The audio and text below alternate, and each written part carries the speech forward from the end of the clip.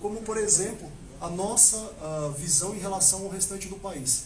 Recentemente, a gente teve, por exemplo, no Festival Chefs Brasil, né, que aconteceu no Amapá, e eu sou coordenador da parte de coquetelaria, né, e é interessante a gente ir para locais que a gente não está acostumado, não conhece, porque a gente vê o quanto é diverso a nossa cultura, quanta variedade de insumos, aromas, sabores e técnicas que a gente pode trazer para a nossa realidade e crescer dentro do Brasil, sem precisar trazer de fora, sem precisar criar. Olá, tudo bem? Sejam bem-vindos.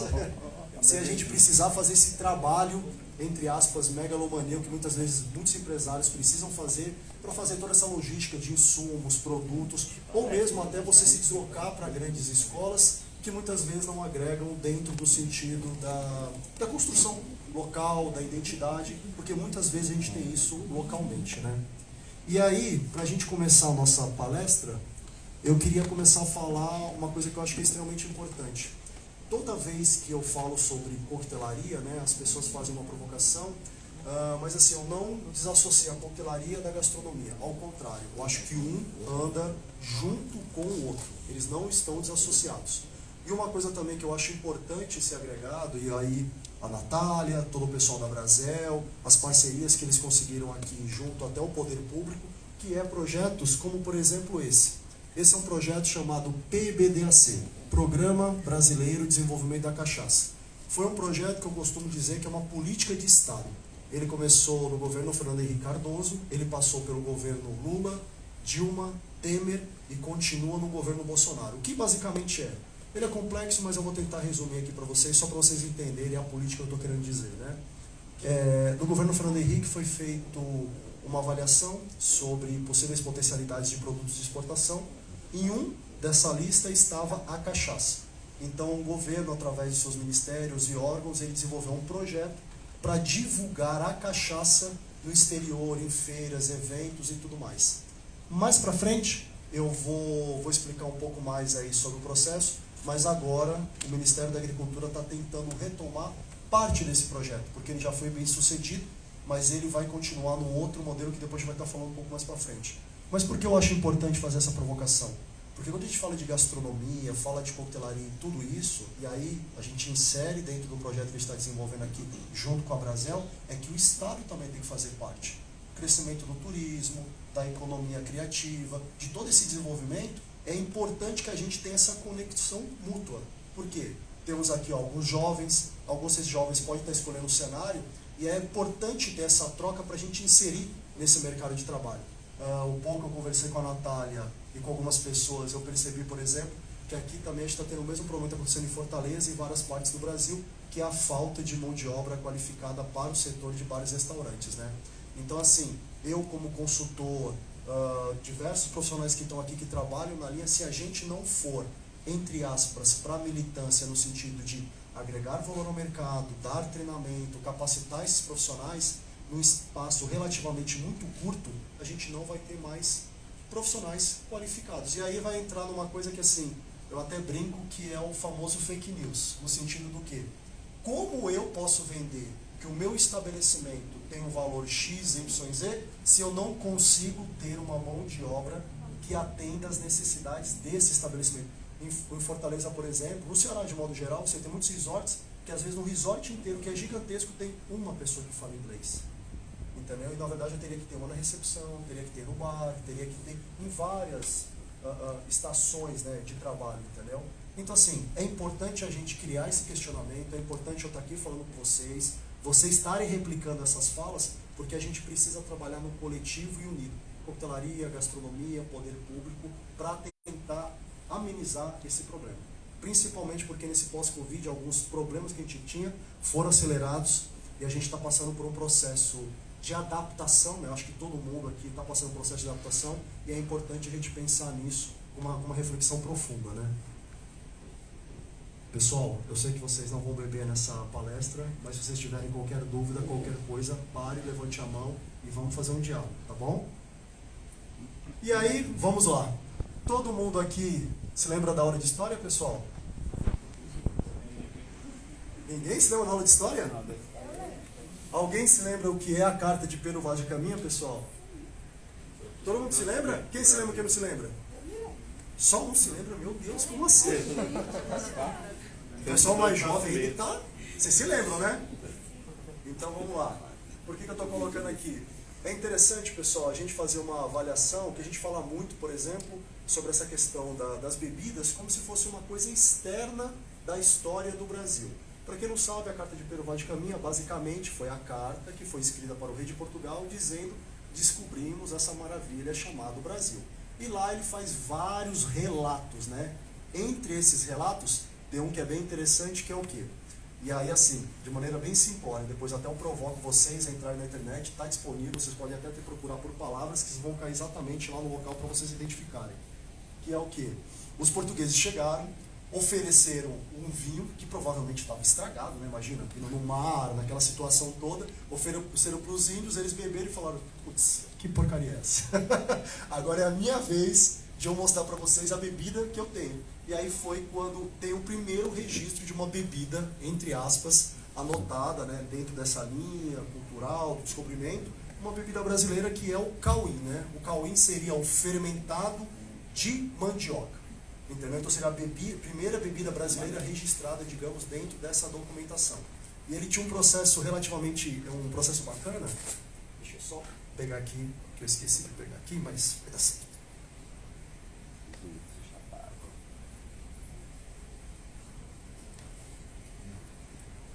Deixa eu pegar meu instrumento de tortura aqui para vocês.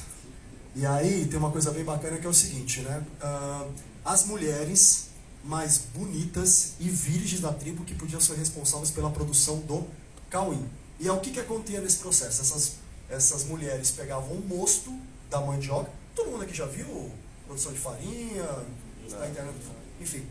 E aí elas pegavam esse mosto, colocavam na boca, mastigavam, e aí existem... a saliva, né, ela ajuda na quebra da mandioca, então, ou seja, ela cuspia novamente, havia uma fermentação e era gerado o cauim. E um dos instrumentos que eles utilizavam era esse daqui. Esse daqui é bem pequenininho, é um tipiti, que eu coloco a mandioca... E assim, ó, aí eu coloco a mandioca aqui dentro, né, pessoal? Lembrando que isso aqui, ó, tem uns 2,5 metros, é enorme, gigante. E aí você coloca a madeira e puxa, né, e saía todo o líquido, ficava a massa. Dessa massa era feita a fermentação para fazer o cauim, né? E aí, quando a gente fala muito de carnaval, fala: nossa, como que esse pessoal fica aí 2, 3 dias? A cauinagem já era isso. Por quê? O nosso amigo fazia um cauim, o nosso amigo fazia um cauim, o nosso amigo fazia um cauim. Aí a gente começava a festa na casa dele e terminava na casa dele provando os cauins para ver qual era o melhor ali da tribo, né? Então, ou seja, esse processo já era história. E lembrando que, assim, eu estou passando para vocês um exemplo de fermentado, entendeu? Produzido pelos indígenas. Mas a gente sabe que existem mais de 100 bebidas fermentadas produzidas por indígenas, enfim. E por que eu faço a provocação? Até para a gente buscar dentro do estado, dentro da cultura, o que eu tenho localmente, seja indígena, quilombola, que eu possa estar associando a essa cultura do bar, a toda essa construção, né? Que eu acho extremamente importante. Se vocês quiserem passar para vocês conhecerem aí o tipiti, e é uma coisa relativamente simples, de uma tecnologia incrível, e tem muitas casas de farinhas que até hoje utilizam, né, o tipiti, né?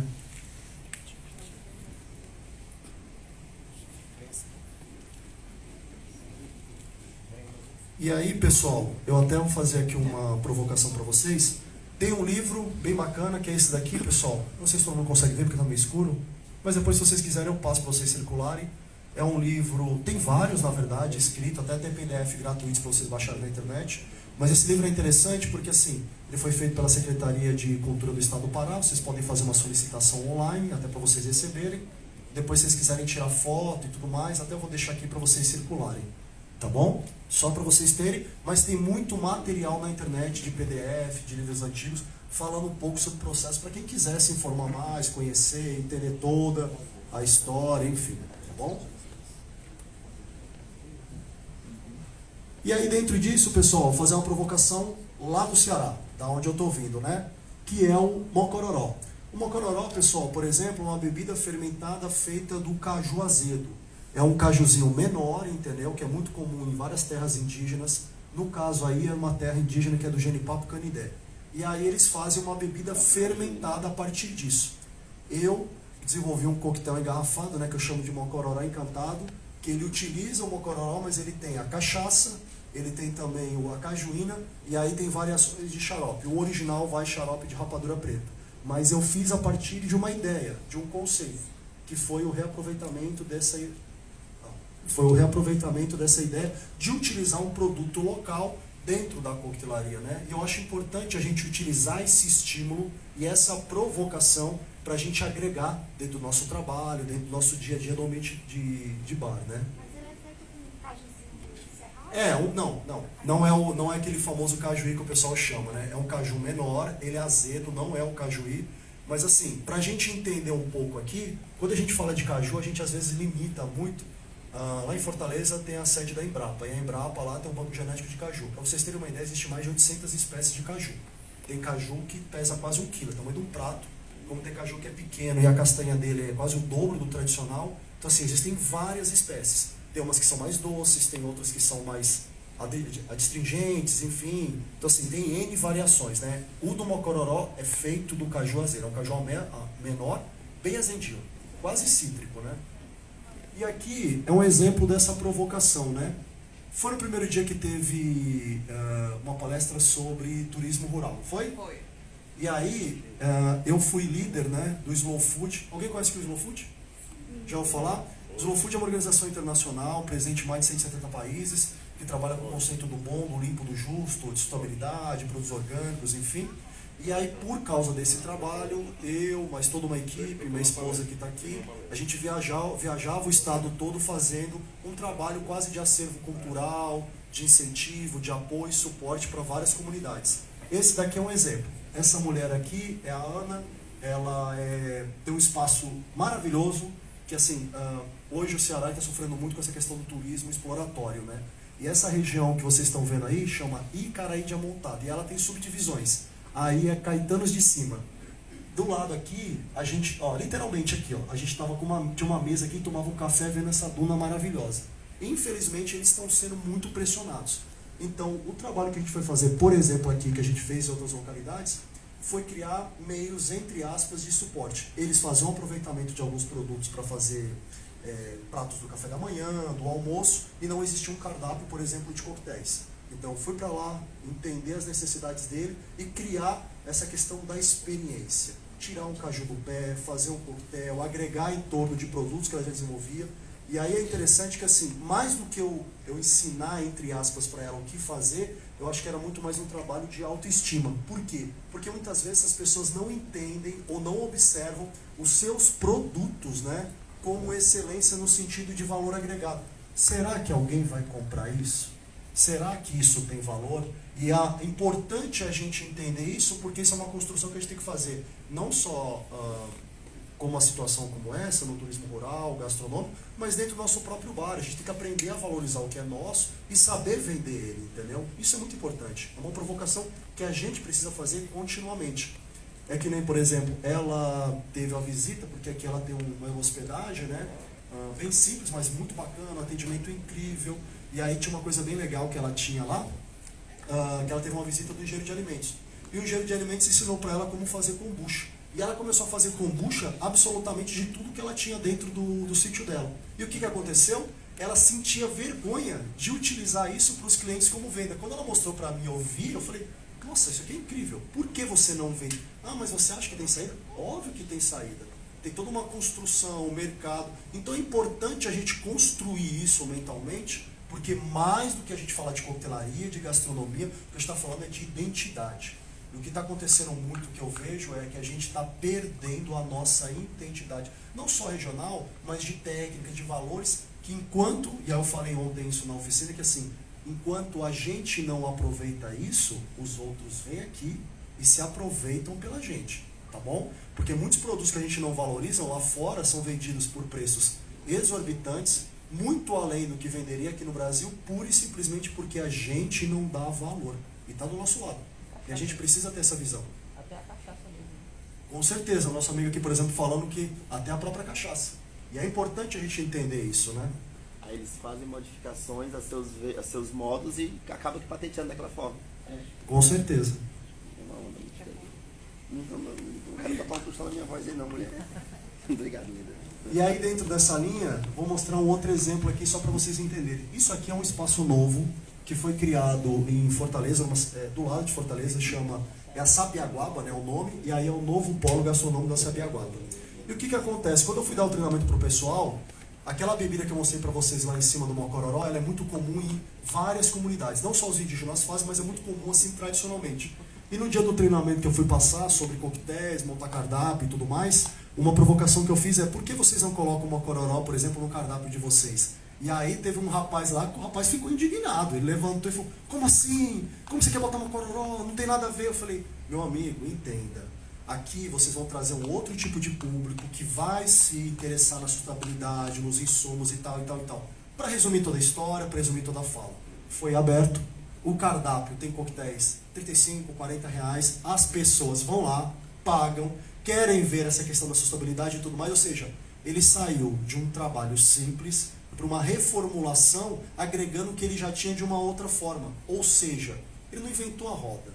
Entendeu? Simplesmente usou. E aí eu coloquei coquetéis com cachaça, mel de caju, mocoró, ou seja, coisa simples, nada demais que a gente pode encontrar com facilidade ou adaptando com alguns produtos que a gente tem localmente, e foi inserido dentro dessa realidade. Então, uma coisa relativamente simples, mas a gente precisa entender essa mentalidade para fazer essa provocação. Essa provocação é fundamental. Entendeu? O que eu mais vejo, na verdade, é que a gente está perdendo um pouco dessa questão da autoestima e a gente precisa provocar isso. E muito. E aí, dentro disso, eu vou mostrando, por exemplo, outros modelos, né? Isso aqui, pessoal, aqui no Piauí provavelmente também tem, mas assim, toda a costa do Ceará tem as algas marinhas, né? E aí tem algumas regiões específicas. Uma é Icapuí, que é quase ali do lado do Rio Grande do Norte, que no período que os pescadores não podem fazer a pesca, né? Eles têm algumas alternativas. Uma delas é a venda de algas marinhas para a indústria farmacêutica, indústria de cosméticos, que hoje existem algumas iniciativas para adaptar esse modelo para o pequeno pescador, enfim, para pequenas, entre aspas, né, mini indústrias de processamento desse produto. Por que isso? Porque, por exemplo, eles mesmos não davam valor e aí vinha gente, comprava, agregava valor, vendia e colocava. E quem aqui é da gastronomia sabe que na gastronomia tem um termo que a gente fala, que na coquetelaria também tem, que é a gastronomia molecular e a coquetelaria molecular. A base, tem vários ingredientes, mas a base de uma dessa linha é o agar-agar, que hoje é muito comum, ela tem até em lojas de produtos naturais, porque supostamente ela funciona como ela é muito fibrosa, ajuda na digestão, diminuição de absorção de gordura, então assim, funciona até como um suplemento, entre aspas, alimentar, em processos de dieta e tudo mais, mas aqui no caso é a questão da provocação que eu faço até para os profissionais de bar no Ceará. Vocês compram produto que vem de Brasília, que vem do Rio de Janeiro, de uma empresa, mas vocês não sabem que do lado de vocês tem, entendeu, algas marinhas com potencial imenso para serem utilizados. E está ali, do lado.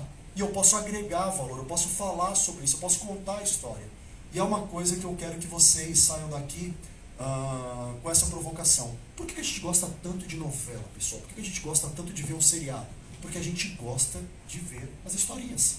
E a gente precisa aprender a contar histórias, pessoal. Porque todo mundo conta a história deles pra gente. Mas por que a gente não conta a história, a nossa história, pros outros? Eu vou fazer uma provocação aqui pra vocês. Alguém de vocês aqui sabe quem criou o rádio? Se você digitar aí na internet quem criou o rádio, em nenhum momento vai aparecer um brasileiro. Mas tem um cara chamado Roberto Holanda de Moura, um padre do Rio Grande do Sul, que criou o rádio. Mas por questões políticas, religiosas e tudo mais, ele não teve visibilidade, não foi apresentado como tal. Mas por que eu falo isso? Porque se a gente não for atrás, não for estudar a nossa história, os outros vão contar a história da maneira que eles querem pra gente. E isso é pra tudo. Pra tudo. Entendam, o mundo está de olho na gente. O mundo valoriza o que a gente produz. Só a gente não faz esse processo inverso. Isso é muito importante. Alguma dúvida, pessoal? Tudo tranquilo? E aí, vamos bater aonde mais interessa, né? Estamos aqui no Piauí. Eu já tive a oportunidade de estar lá na Serra da Capivara, que eu acho que é um lugar fantástico. E ele é um exemplo sobre tudo isso que eu estou falando. Se você vai lá, você tem a presença humana com cerca de 50 mil anos. Ah, Maurício, você vai fazer uma comparação com 50 mil anos atrás? Não, não é isso. O que eu quero dizer para vocês é o seguinte: a partir do fato de ter existência humana, eu tenho uma cultura de escrita, uma cultura de fala, uma cultura de dança, uma cultura até de teatro. Porque se vende muito, por exemplo, tem uma palestra do Ariano Suassuna, que é até engraçada, que aí fala assim, o teatro grego. Eu falo, não, tinha um teatro na Grécia, mas tinha um teatro no Brasil antes da chegada dos portugueses. E a gente precisa entender isso e compreender essa história para agregar valor. E por que eu faço isso? Aqui, ó, a gente pode contar histórias, como, por exemplo, eu tive lá no... Como é que era o nome da chefe daqui do Piauí? Acho que participou lá do evento, lá do chefe, você esqueci o nome dela. Que ela até fez uma apresentação com as porcelanas da Serra da Capivara. Falorena, né? Aí, por exemplo, uma chefe de cozinha daqui foi lá pro Amapá, na apresentação dela gastronômica, ela apresentou os pratos e colocou, por exemplo, porcelanas com pratos, por exemplo, originários. Eu, particularmente, rodei a cidade até agora e não vi nada aqui. Você entende? E aí o que eu falo é, por que eu não coloco isso? E aí quando um turista chegar e olhar, falar, o que é esse negócio aqui? Esse viado, esse cachorro? E aí você conta a historinha. E aí você começa a criar uma interação com o seu cliente, entendeu? E é importante a gente entender isso. É importante a gente entender isso. Eu trabalho na região. Você trabalha na região? Eu sou professora de gastronomia. Lá nos restaurantes, né, o pessoal usa muita cerâmica, mas aqui em Teresina... Todo mundo escutar. Olá, eu sou professora do IFP lá no IFP de São Raimundo Donato, onde fica. Realmente é uma coisa bem provocativa isso que você fala, né? A questão de exaltar a cultura. Principalmente, às vezes, a gente começa na apresentação, né? Então, lá, os restaurantes usam muito, né? Talvez a acessibilidade e tudo, mas aqui em Teresina a gente não vê essa marca da cultura piauiense nas apresentações dos pratos. Então, isso é algo ainda a se analisar. Como é que a gente pode valorizar se a gente não pega, não conhece, não vê o potencial que a gente tem em relação a isso? Mas tem uma coisa que, assim, vai parecer agressivo que eu vou falar para vocês, mas é um fato. O que a gente vive é uma guerra de narrativas. O que eu estou querendo dizer? Se a gente não conta a história, alguém conta. Eu vou dar um exemplo. Quem trabalha com evento sabe disso, por exemplo, uma coisa bem ridícula, mas só para a gente ter uma referência. Você pega, por exemplo, muitos eventos agora atuais, tem uma molecada, por exemplo, que quer ter um copinho vermelho. Por que ele quer ter um copinho vermelho? Porque ele cresceu vendo um filme americano que os jovens estavam bebendo um copinho vermelho. Você entende? Então, se a gente não... Não, defende a questão da cerâmica. Um dos locais, você estava até lá Sim, ontem, sim. ele usa. Ele utiliza a cerâmica da Serra da Capivara e tem alguns restaurantes que tem aqui em Teresina. Porque aqui também a gente tem a referência do polo cerâmica do Puti. Então, algumas casas usam... algumas casas usam como... Principalmente as que usam fusão fuge. Elas pegam a cerâmica do... Obrigada. Elas pegam a cerâmica do polo cerâmico do Puti Velho e apresentam. Porque também, eu acho que não sei se é distribuição, a conversa que não está tendo com São Raimundo Donato, mas Teresina usa também a do Puti Velho. O que eu acho que falta só é essa identificação. Você acha que é só um potinho de barro, você não sabe o que é do poti, que é de umas famílias. Pelo menos eu nunca vi essa identificação, né? Contar a história. Então, assim, que a gente tem aqui, o pessoal que faz toda o artesanato lá, mas realmente não tem a identificação. Uma coisa, o que é de lá. Então, o São Raimundo Donato, como desenho é muito forte, e realmente a gente não encontra. Parece com a cerâmica que é feita aqui, mas não é pra cá. É tipo exportação. E assim, e na verdade, eu não quero que vocês identifiquem como um modelo só. O que eu quero fazer para vocês é uma provocação, até para que vocês pesquisem e talvez encontrem localidades, enfim, pessoas, artistas que desenvolvem esse trabalho para agregar como coletivo. E a minha provocação maior é utilizar o produto local, o artesanato local, o design local, dentro disso e comprar essa história. Por quê? Porque isso é um diferencial imenso como produto. Se eu sou um restaurante, eu tenho uma identidade local, eu não preciso concorrer com o outro de outra localidade, porque ele nunca vai ter. Porque ele vai contar a história a partir de um lugar que ele não pertence. Então eu falo muito isso como identidade, porque se você vai para outros países, outras localidades, isso é muito forte, é muito natural, não há esse questionamento, né? Maurício, pegando esse gancho, tem alguns ceramistas até muito famosos no Piauí. Além do nosso polo cerâmico local, a gente tem alguns artistas ceramistas no Piauí que a gente desconhece um pouco. Uma delas, que tem trabalhos em vários pontos públicos aqui é a artista plástica Fátima Campos. E atualmente ela anda se estruturando, ela treinou, capacitou a cerâmica da Serra da Capivara, começa por aí. E atualmente ela está tentando trazer essa linha de louças, né, artesanais também. E já começa a ter outros ceramistas também produzindo essa linha de cerâmicas local, que a gente já tem em São Paulo, tem vários polos produtores de cerâmica de alta temperatura, com essa outra tecnologia. E aqui a gente ainda tem poucas pessoas dentro, assim, estudando, investindo. E na verdade, assim, acho que é uma provocação como um todo. Vou dar um exemplo. No Ceará tem um artesão de couro muito famoso que é o Expedito Celeiro. Não sei se alguém já ouviu falar dele aqui. Ele, por exemplo, precisou fazer uma exposição fora do estado, ganhar espaço fora do estado para voltar e aí ser valorizado o trabalho dele internamente, ele poder agregar valor no trabalho que ele desenvolve. Hoje, você tem chefe de cozinha que quer usar um avental, enfim, um boné, uma sandália. Criou quase que uma cultura cult, digamos, né, em torno disso, mas precisou fazer esse movimento para que se agregasse internamente. Então, o que eu provoco vocês é isso, é fazer essa provocação para a gente agregar internamente dentro da coquetelaria, da gastronomia, enfim. E aí, enfim, coloquei alguns exemplos que eu encontrei, né, mas assim, é só uma provocação. Eu quero que vocês vão atrás, vocês façam essa provocação, que é o mais importante. E aí entra outras coisas também, por exemplo, o mel. O mel piauiense é muito famoso, do estado do Piauí como um todo, é muito famoso, entendeu? Por ganhar várias medalhas em nível internacional e tudo mais. E às vezes, por exemplo, eu falo assim, eu tento fazer muito estudo para poder falar um pouco, né? E nos estudos eu encontrei poucos estabelecimentos, por exemplo, que tinham essa identificação e essa fala. E vocês têm esse diferencial para poder agregar e colocar. Como, por exemplo, no Ceará, existe uma região serrana que produz café há mais de 200 anos. Tem regiões que produzem café muito antes dos locais tradicionais do Sudeste, por exemplo. Porque o café entrou pelo Pará e ele foi indo lado a lado e bateu lá na região serrana do Ceará e ganhou essa projeção. E eu não vejo o café, por exemplo, da região do Maciço de Baturité, que é o nome lá da localidade, no dia a dia das cafeterias. Então, uma provocação, é um café de ótima qualidade, com um gosto muito particular, tem todo um terroir envolvido, e a gente precisa fazer essa provocação no nosso dia a dia, no uso dos nossos insumos e tudo mais, né?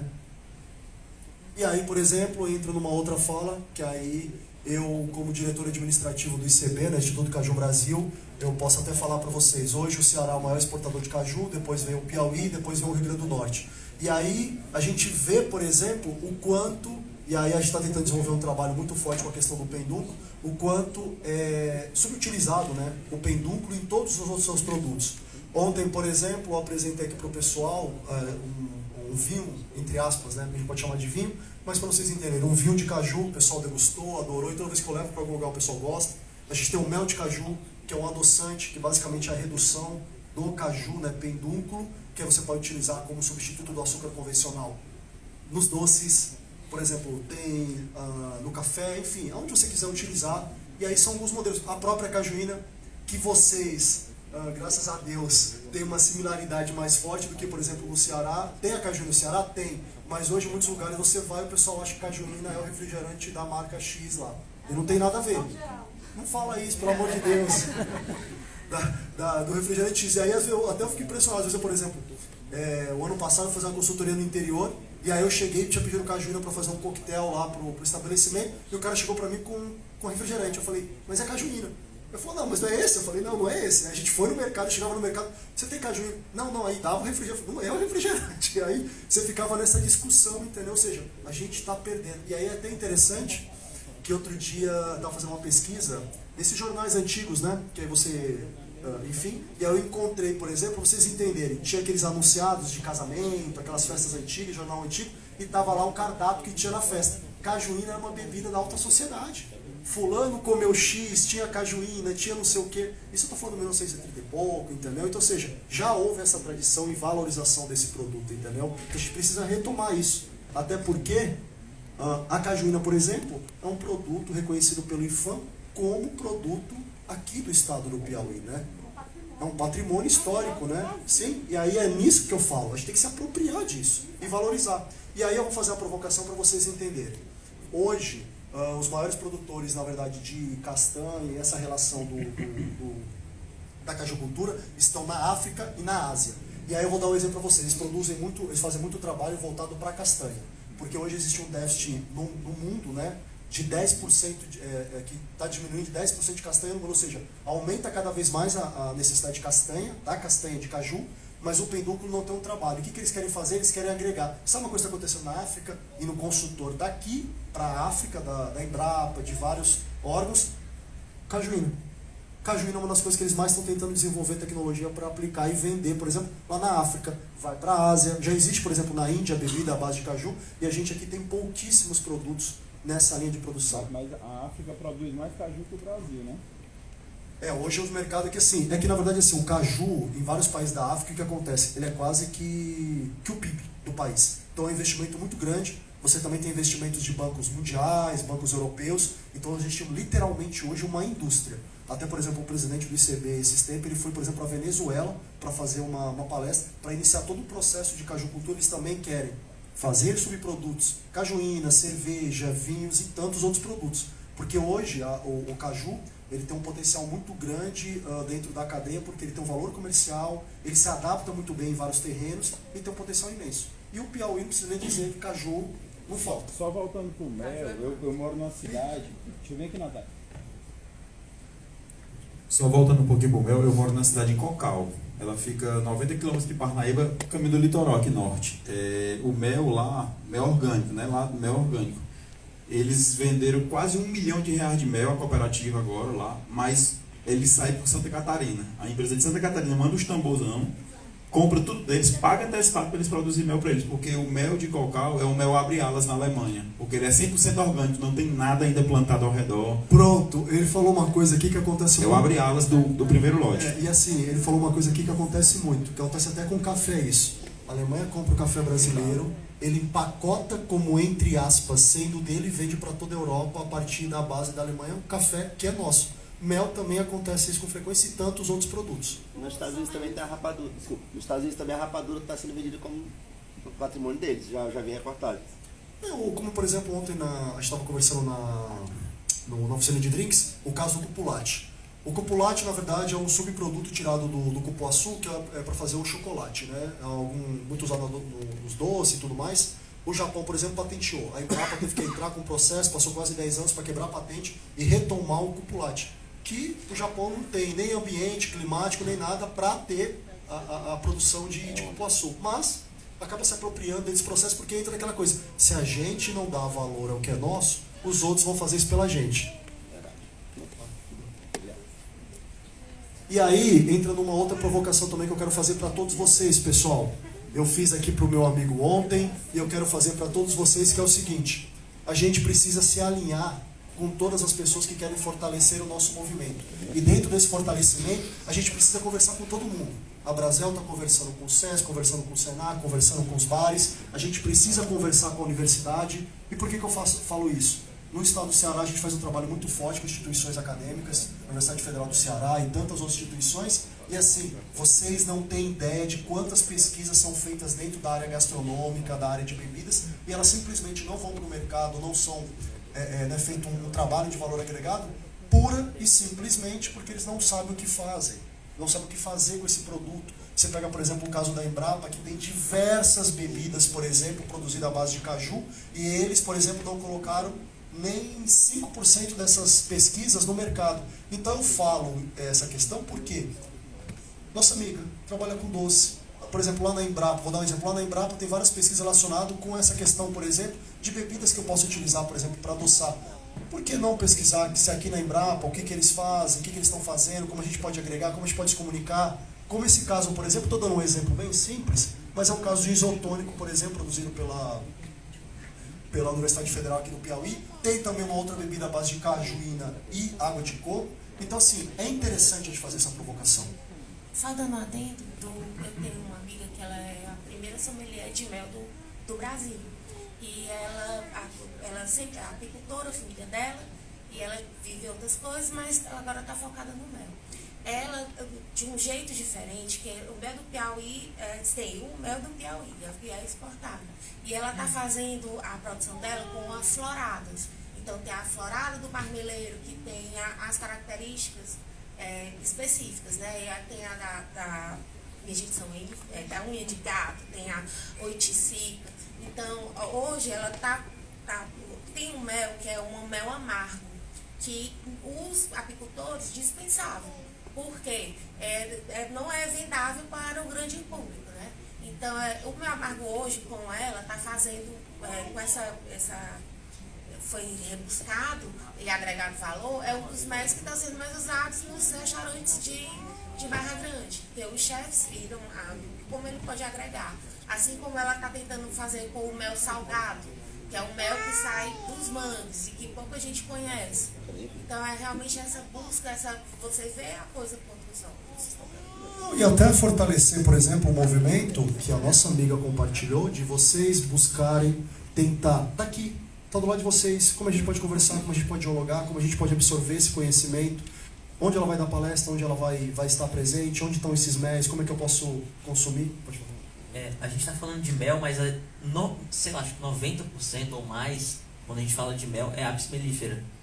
E a gente tem mais de 200 espécies de abelhas nativas que estão esquecidas, que agora está começando a aparecer na grande mídia, a gente valorizando esses outros tipos de mel, né? E quem já teve a oportunidade ou tiver a oportunidade de provar dessas abelhas sem ferrão, você vai ver que é algo surreal, né? Cada mel realmente tem uma acidez, toda a questão que diz que mel é vivo, né? Mel tem toda aquela flora dentro dele, aquelas bactérias dentro dele mesmo.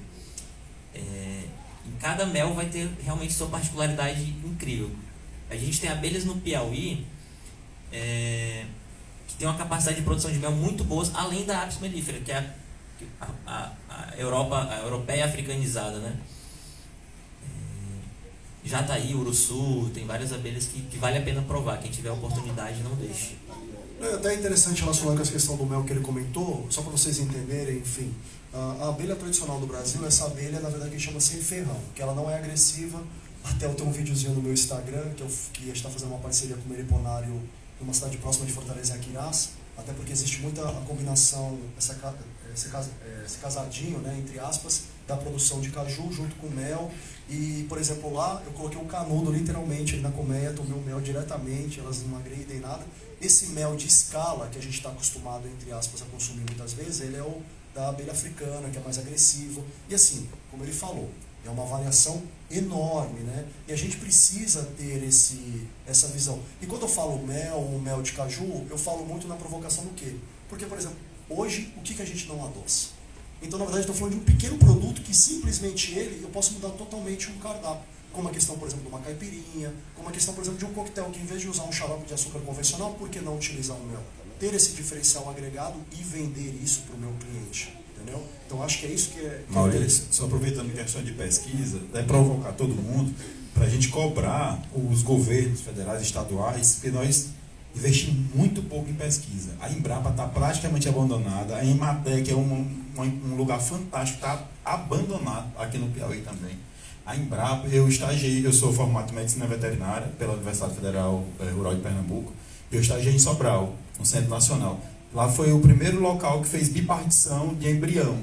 É uma vergonha, eles não tinham instrumento na lupa, foi um bastão de vidro grudado, um pedaço de lâmina de barbear com durepox. Foi assim, foi bipartido o primeiro embrião, que não tinha equipamentos. Lá tinha os equipamentos doados pela Alemanha, que é o maior centro mundial de reprodução animal, que nunca tinha sido instalado porque o governo nunca tinha pago a pessoa para vir instalar um equipamento que foi doado, que já era sucata na Alemanha, que aqui nem existia no Brasil. Então é um negócio assim impressionante. E o Ceará, a Embrapa lançou agora um trigo, Valdivino, que pode ser cultivado a 600 metros de altitude, que a gente tem muita terra no Ceará, aqui no Piauí tem 600 metros, produz 4 vezes mais do que o do Rio Grande do Sul, e ele produz em 75 dias, 80 dias. No Rio Grande do Sul é 120, cento e tantos dias. Então, olha que negócio. Ninguém pensou no sul da Bahia, maçã, tudo é Embrapa. Desenvolvendo as tecnologias, é maravilhoso. E é interessante você falar isso, que essa questão, por exemplo, a questão agora da guerra da Rússia e da Ucrânia. Você tem uma parte do mundo que controla grande parte da produção de trigo, aí o Brasil, que entre aspas não tem nada a ver com essa confusão, entendeu? Acaba sendo prejudicado, atrapalha na pizza, atrapalha no hambúrguer, atrapalha em diversos insumos, pura e simplesmente porque a gente não tem, entre aspas, uma segurança alimentar de ter outros produtos ou esses insumos dentro do nosso próprio país. O que é um absurdo com a imensidão que a gente tem, com tanto de terra, tanto de investimento, centros de pesquisa, enfim, né? Oi, Maurício. Aqui. Só voltando nessa questão da pesquisa, na época que eu fiz o curso, que foi junto com a Luciana, que agora ela é professora, na época que a gente tinha muito incentivo dos professores, só que a gente não tinha apoio nenhum externo. Até as próprias aulas práticas, teóricas, elas eram muito escassas, porque todo projeto que era feito pelo professor, ele era cortado, porque a verba excedia o projeto, eles não podiam arcar com isso. E mesmo os professores incentivando a gente a fazer projeto, que mesmo que não vai ser, uma hora um vai passar. Alguns passavam.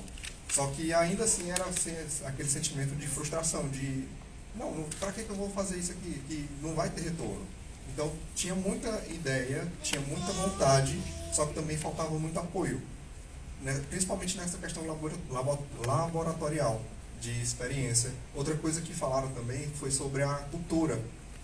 Se eu não me engano, na nossa turma se formou menos da metade, porque a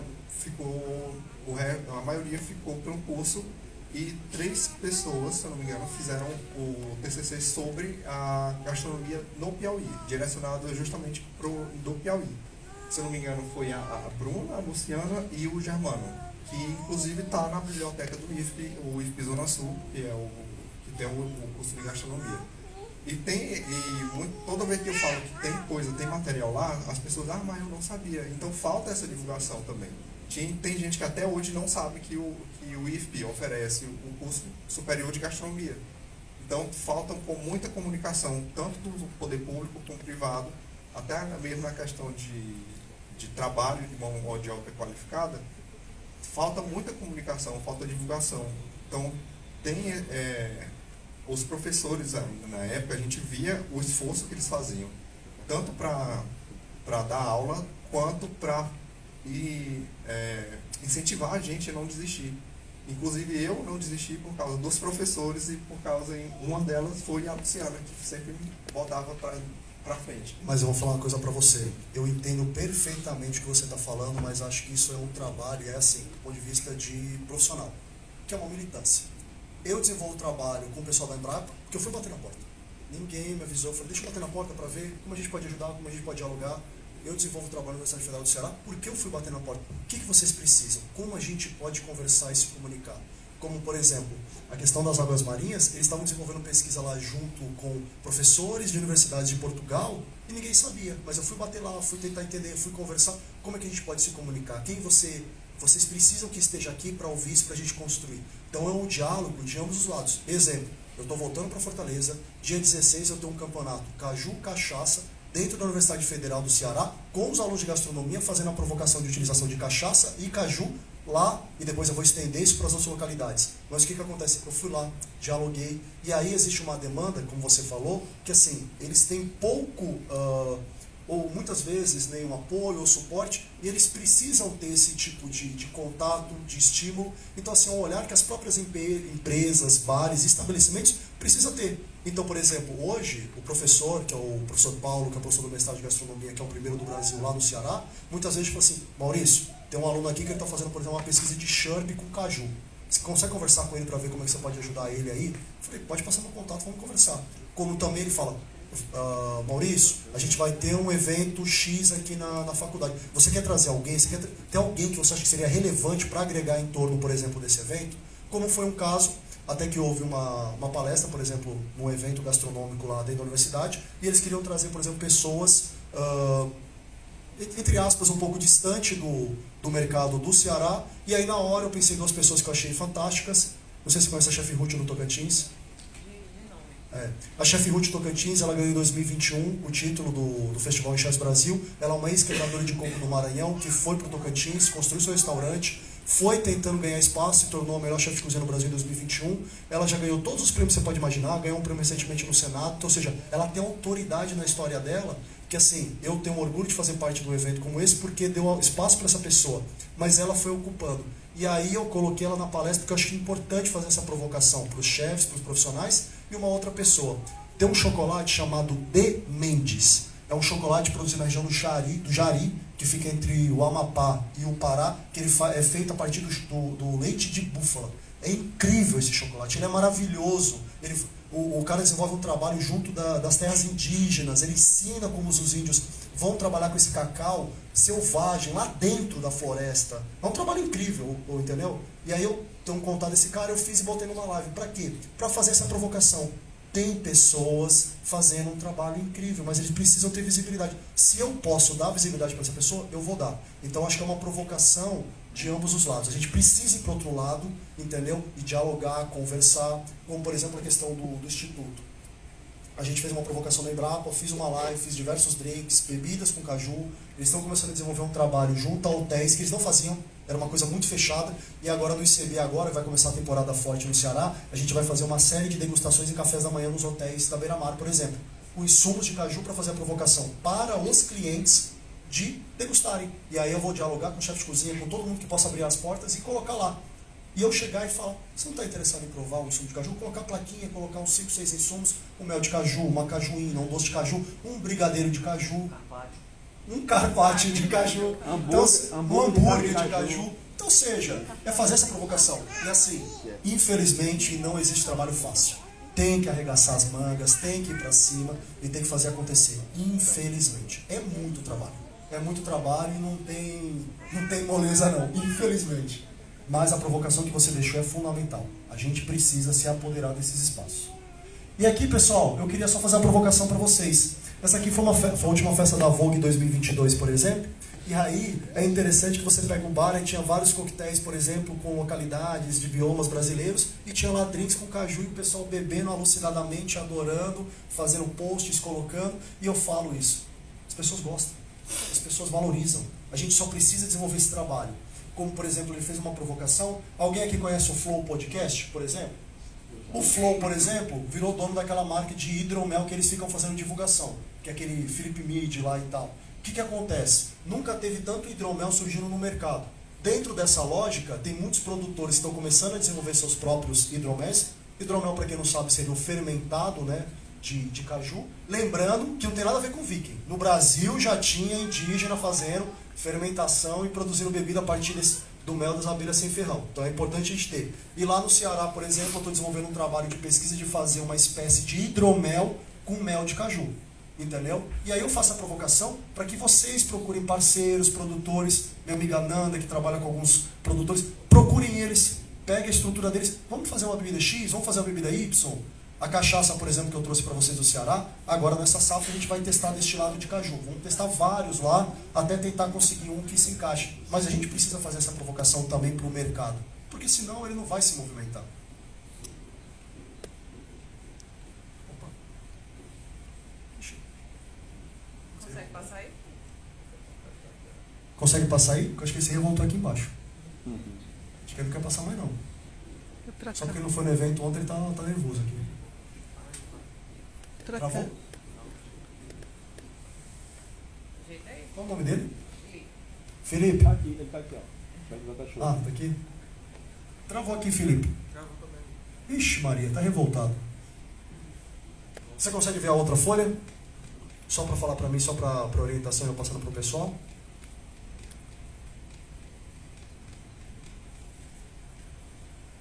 Enfim, pessoal, alguma dúvida, algum questionamento, alguma coisa? Passou? Vou voltar. Enfim, tem que fazer o merchan, né? Sempre. Essa daqui, na verdade, que eu tinha falado para vocês relacionado com o Mocororó, essa daí é a bebida que eu criei, né? Que é o Mocororó Encantado.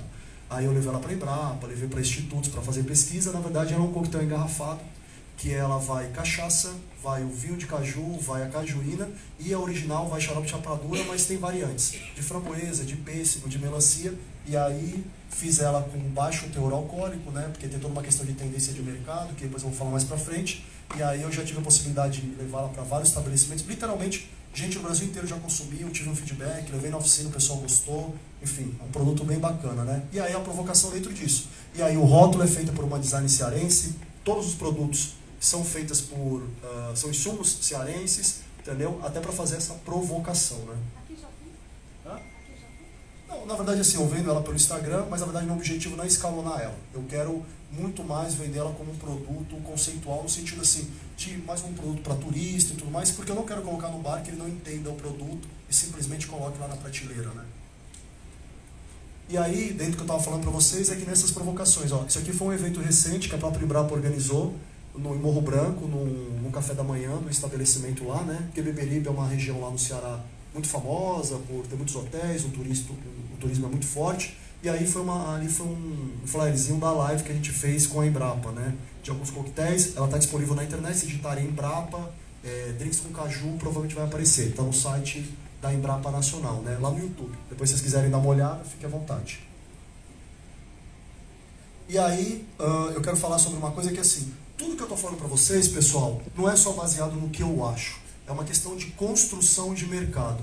Essa aqui é uma foto com os nossos competidores lá de coquetelaria no Festival em Chefs, né? Que aconteceu no Amapá.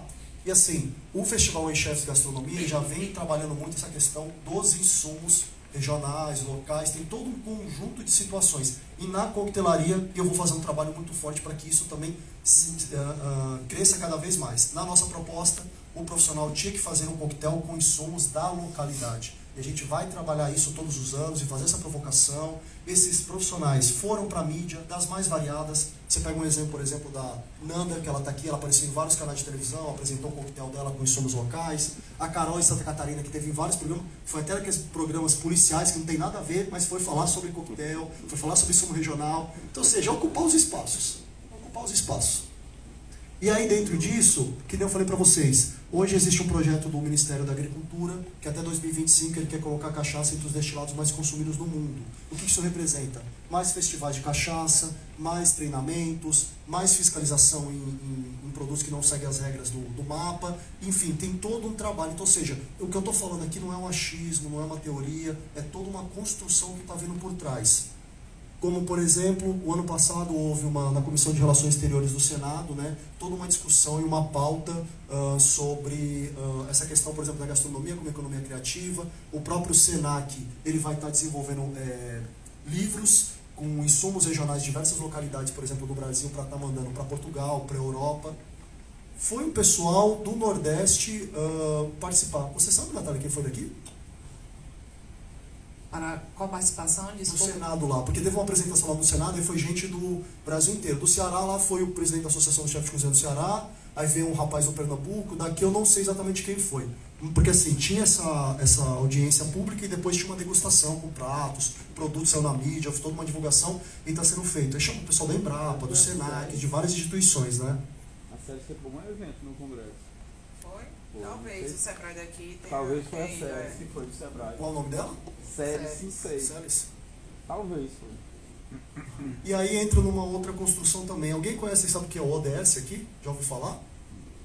O ODS são os Objetivos de Desenvolvimento Sustentável, né, que é vinculado à Agenda 2030 da ONU, e aí são 17 objetivos. Dentro desses objetivos você tem N variantes, né, que são várias subdivisões. E quando a gente fala sobre sustentabilidade, insumos regionais, toda essa provocação está inserido nisso. E isso não é um achismo, não é uma coisa aleatória. Hoje isso faz parte, por exemplo, de editais, de projetos do governo, de prefeituras. Eu recentemente, por exemplo, recentemente não, em 2019 eu participei de um evento, por exemplo, de nutrição do Norte e Nordeste. E aí, dentro dos editais, estava se falando muito a questão dos ODS, e aí tinha muito nutricionista, por exemplo, de prefeituras participando para entender o que era isso, para colocar. E o foco era muito nessa questão da compra dos produtos da agricultura familiar, entender como colocar isso, implementar. Então, ou seja, o que eu estou falando para você é uma construção que, mesmo que a gente esteja aqui, dentro de uma bolha, no sentido de viver no nosso mundo, tem um mundo acontecendo lá fora, criando toda uma estética, toda uma fala, toda uma construção.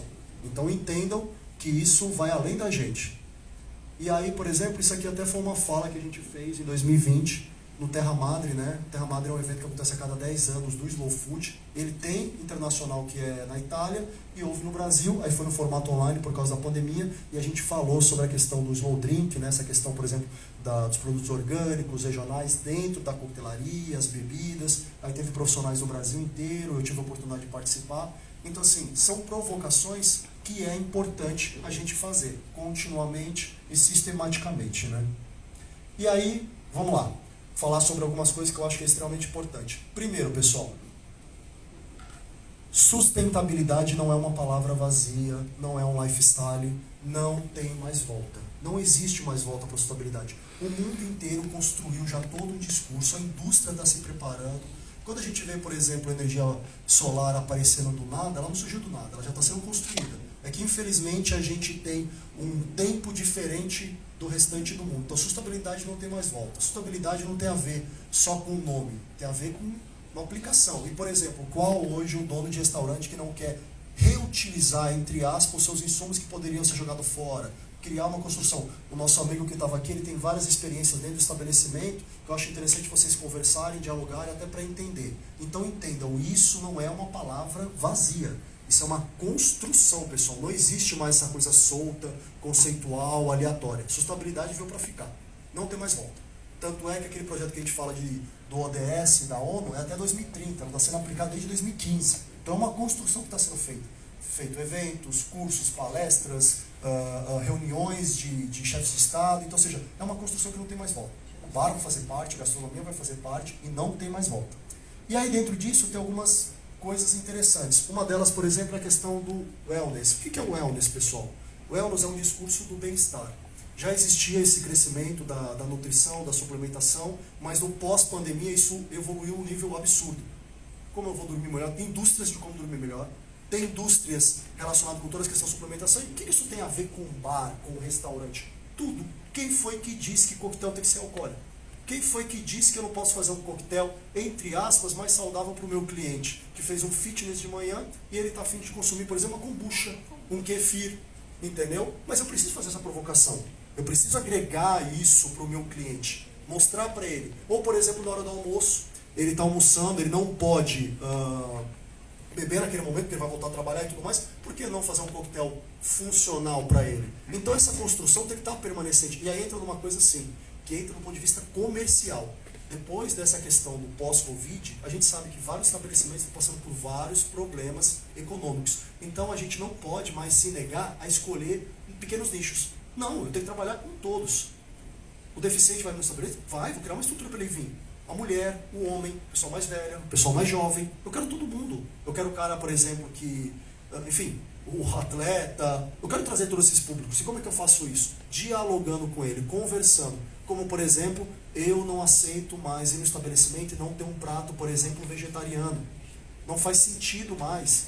Porque 14% da população brasileira se coloca vegetariana. E 52% se coloca flexitariano. O que é isso? Eu não sou vegetariano, mas eu me coloco na situação de consumir um prato vegetariano. Então a gente está falando de metade da população brasileira.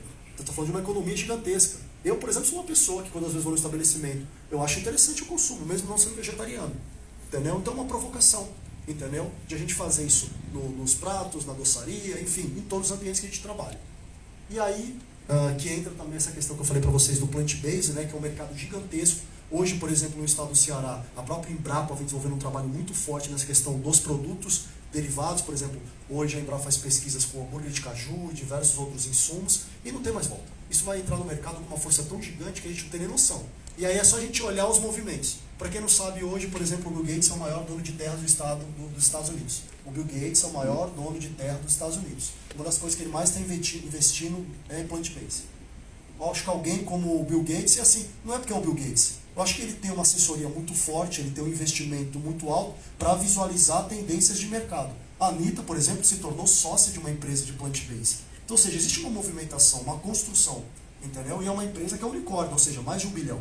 Não é um brinquedinho, é uma grande empresa. Então existe um mercado crescendo em torno disso. Se vocês entrarem hoje no mercado e prestarem atenção, aqui infelizmente eu não tive a oportunidade, mas assim, é difícil entrar hoje no mercado que você não tem uma linha de prateleiras de insumos, de suplementação, de vegetariano, enfim, com glúten, sem glúten, de todas as possibilidades possíveis. Leite antigamente, por exemplo, com zero lactose era quase impossível. Hoje você encontra uma variedade infinita. E a gente precisa entender isso como mercado, né? E aí tem uma outra coisa também que não surgiu, já existia, mas cresceu muito nessa época do pós-pandêmico, que é essa questão do delivery. Mas qual é a provocação que eu quero fazer para vocês? Hoje existe um termo no mundo que é o low touch economy. O que seria? Seria a economia do não toque. O que é isso? É a entrega que você faz para o seu cliente em casa, mas de uma forma diferente, onde eu valorize a questão, por exemplo, do meu atendimento, seja usando as redes sociais, seja o telefone, o WhatsApp, não falar no WhatsApp como se estivesse falando com o robô, falar como se estivesse falando na frente dele, entregar com uma caixa diferenciada, com um produto interessante, porque entendam, isso são tendências de mercado. Nunca se teve tanto consumo de produtos para casa nesse pós-pandêmico. Nunca se teve tanto consumo de produtos para casa, cobertor, roupa, por exemplo, nunca se comprou, no mercado de luxo, nunca se comprou tanta casa como agora no pós-pandêmico. Ou seja, está tendo uma revolução em torno desse mercado. E a gente, como estabelecimento, precisa entender. Como, por exemplo, houve um crescimento na pandemia e depois se parou. Que é a questão do coquetel engarrafado. Por exemplo, na pandemia teve muito estabelecimento que, além do prato, fazia um coquetel engarrafado e entregava para os seus clientes, por exemplo. E aí eu não vi essa continuidade. Porque eu fui lá, provei um coquetel, gostei, como é que eu faço para levar para casa? Eu tenho que atender esse cliente. Esse cliente não quer sair de casa, mas eu quero levar uma experiência. Como é que eu construo isso na cabeça dele? É importante a gente ter isso como visão, né? Mudou muito o mercado e a gente precisa estar preparado para essas mudanças. E aí entra numa coisa também que é a questão da geração Z. Pessoal, eu sei que vocês já estão de saco cheio de TikTok, de Instagram, de não sei o quê. Eu sei que tem camadas aqui, né, dentro do espaço. Mas eu sei que já estão de saco cheio disso. Mas, nossa amiga ali já está falando, né? Está se posicionando aí, que é a geração dela ali, que ela está crescendo, eu vou chegar. O que acontece, pessoal? Até 2030 a gente vai ter metade da população brasileira com 25 anos. O que isso significa? Modelo diferente de beber, modelo diferente de comer, modelo diferente de se vestir, modelo diferente de se adaptar ao ambiente. Não é mais o nosso modelo.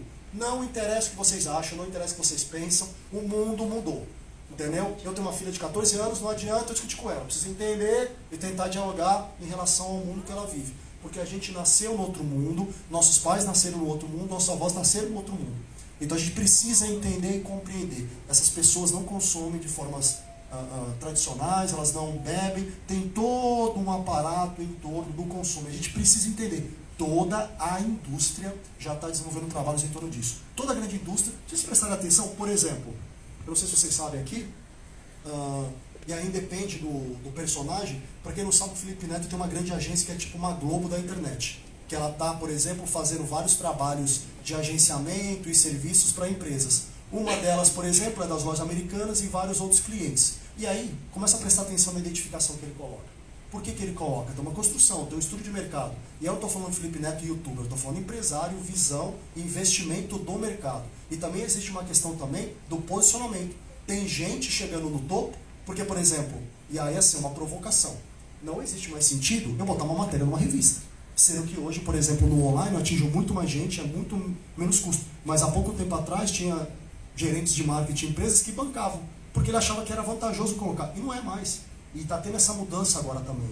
Muita gente que estava aqui embaixo subiu e mudou o modelo de pensar, o modelo de investir. A maior prova disso é você pegar o meio tradicional de jornal, rádio, de televisão, está tendo sérios problemas. Entendeu? Está tendo sérios problemas porque isso está mudando. Até essa comunicação está mudando, né?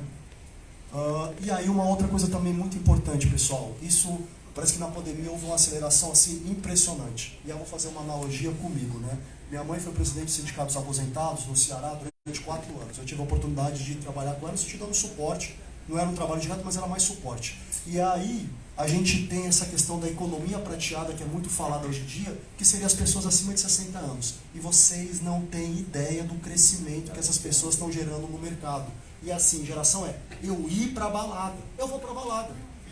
Entra na internet e digita Heineken. Vê a propaganda que a Heineken fez. Um monte de entre aspas, terceira idade, curtindo lá na balada. Você acha que a Heineken fez aquela propaganda aleatória? Não, tem uma construção. E parece que essa questão da vacinação do pós-Covid deu um up, que fala assim, opa, eu posso morrer a qualquer hora, então, meu filho, vou curtir. É como, por exemplo, a gente vê muito, não sei, enfim, se vocês observam, mas, por exemplo, a questão do tênis. Eu não sou fã disso, mas existe toda uma indústria hoje nessa questão do tênis de marca, com conceito, que o cara paga 2, 5, 10, 15 mil reais. A maior compra desses tênis é acima de 50 anos. Não é o moleque, não é o jovem, não é o pai que está comprando. É um outro cenário. E a gente precisa entender isso. E aí tem uma coisa que é uma provocação absurda. Opa! Nossa, agora? Foi isso, foi provocado. Voltou. Já estamos finalizando. O computador acho que vai demorar um pouquinho. Não, tranquilo. Então vamos lá. Vocês estão me ouvindo? Sim. Então vamos continuar aqui para a gente não parar.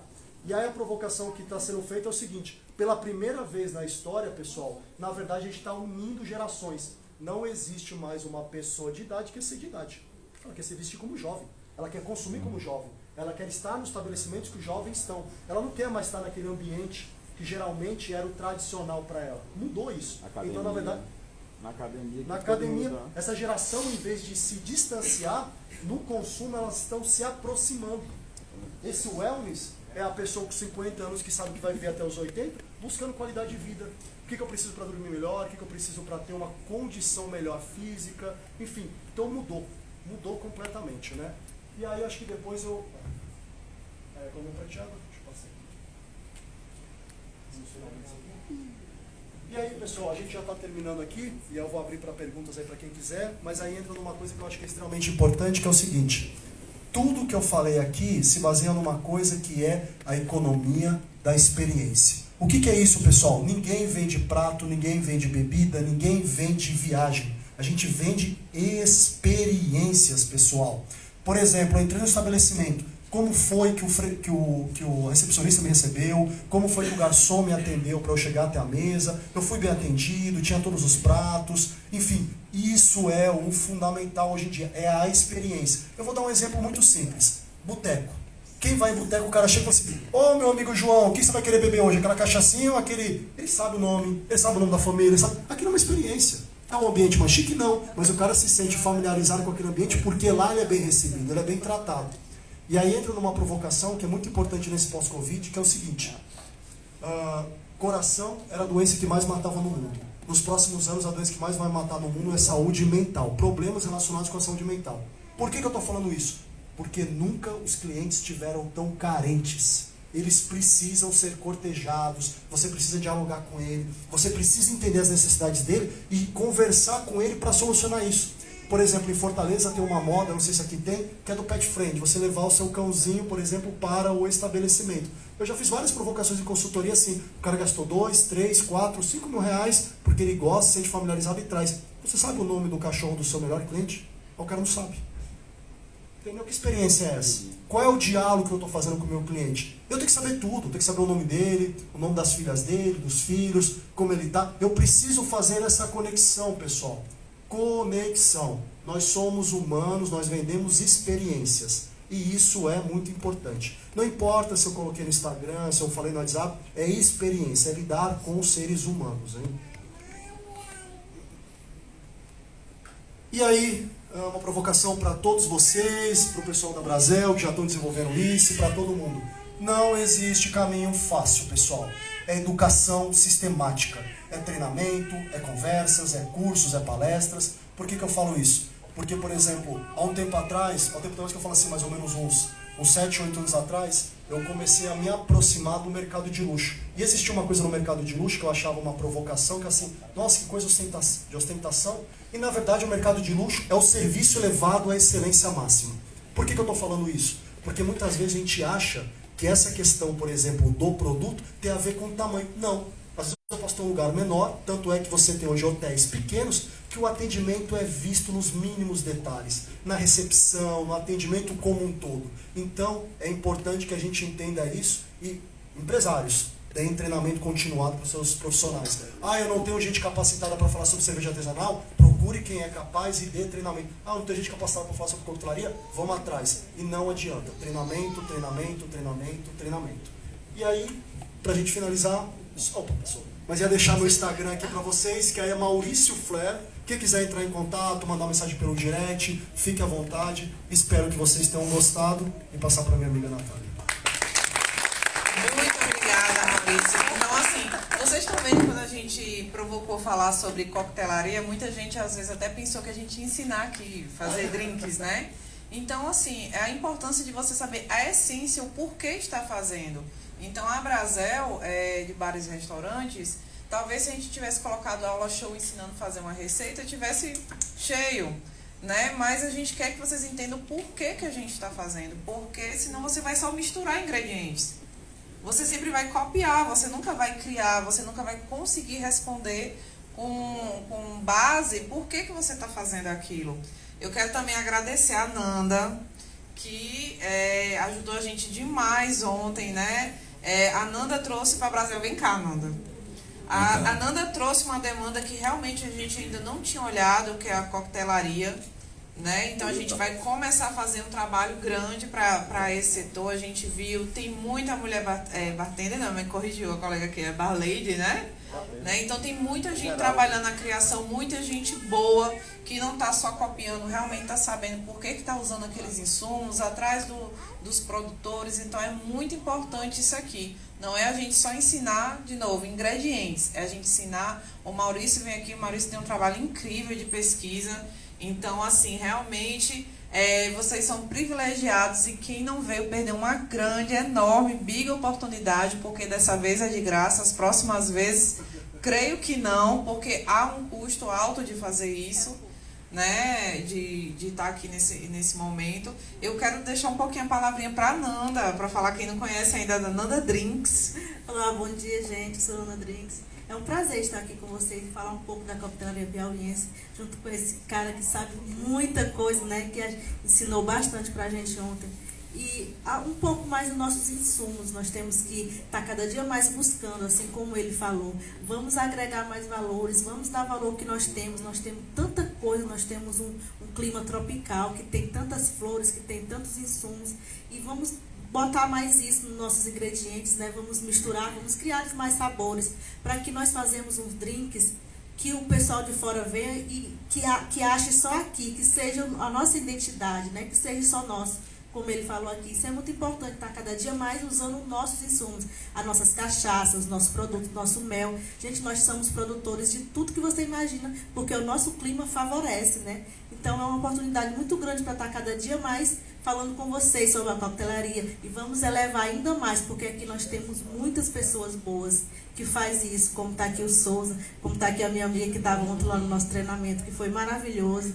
E aqui esse chefe maravilhoso que ensinou tanto pra gente ontem, que é o Borim. Cara, é incrível como nós temos capacidade para mudar tudo isso, para estar cada dia mais elevando o nosso nível. E eu só tenho a agradecer. Tive uma oportunidade linda de estar no Enchefes Macapá, que foi uma semana maravilhosa, onde eu pude aprender com o Maurício e com outros chefes, que nós temos uma diversidade de tantas coisas maravilhosas nesse Brasil. Em cada estado tem sua história, tem sua relevância. Então eu só tenho a agradecer de estar aqui e poder cada dia mais contribuir com vocês. Qualquer coisa, pode me procurar. E a gente estamos com um treinamento. A semana passada eu tive um treinamento lá no Carnaubinha, um resort maravilhoso no litoral. Gente, lá tudo é orgânico, é tudo dele. A gente colheu o caju no pé. Tinha uns drinks que enlouqueceram, que eu fiz um drink de caju com manjericão. Fiz um drink numa banheira. Teve uma gringa que estava lá, que veio de fora com o marido da Glória Pires, que estão fazendo um resort lá em Macapá. Eles se encantaram, já vão me levar a fazer o treinamento, porque as pessoas de fora que estão dando valor às nossas coisas. Então vamos dar valor cada dia mais no que nós temos. E aí nós estamos para aproveitar o merchan, nós estamos com o nosso treinamento Bartender na Prática, donos de restaurante, resort, e até você que quer aprender um pouco mais nessa área, porque tem mercado, está faltando só o profissional. E aí é só me procurar, que aí já vai ter o Bartender na Prática, tá bom, gente? Muito obrigada. Obrigada a Brasil, que me acolheu e está sempre aqui comigo. Obrigada a vocês todos.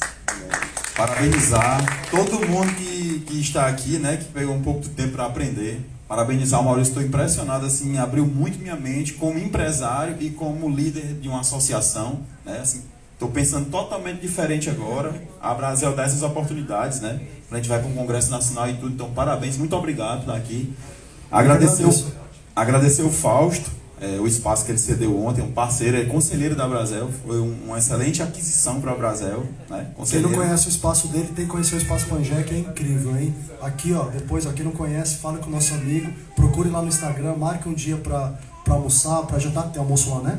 Para almoçar, para jantar, vale muito a pena. Nós estamos iniciando, não vou dizer agora o que é o produto, mas de economia circular, para rodar aqui um negócio muito interessante que a gente começou numa conversa, não foi? De um produto, e vai ser um negócio maravilhoso para a região que eu moro e para o nosso bolso também. E para o bolso de todo mundo lá. Com certeza. Né? Vai ser um negócio transformador.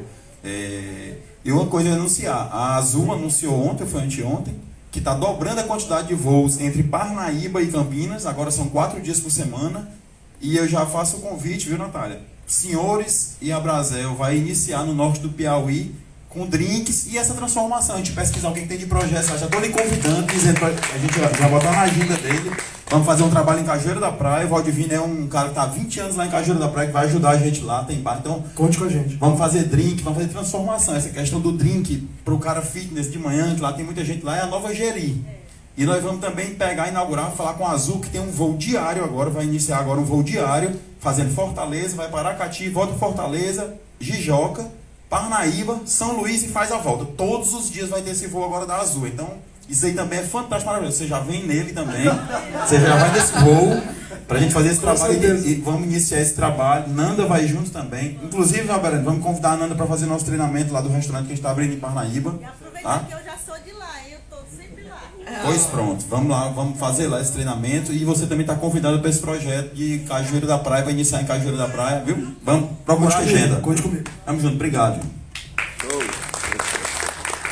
Então, o legal também de estar participando desse tipo de evento é o network que você faz. Então, às vezes, tem um colega seu ali que pode contribuir tanto, né? Tá ali com você. Então, esses eventos também é para isso. A gente que é da Brasil, a gente participa de evento.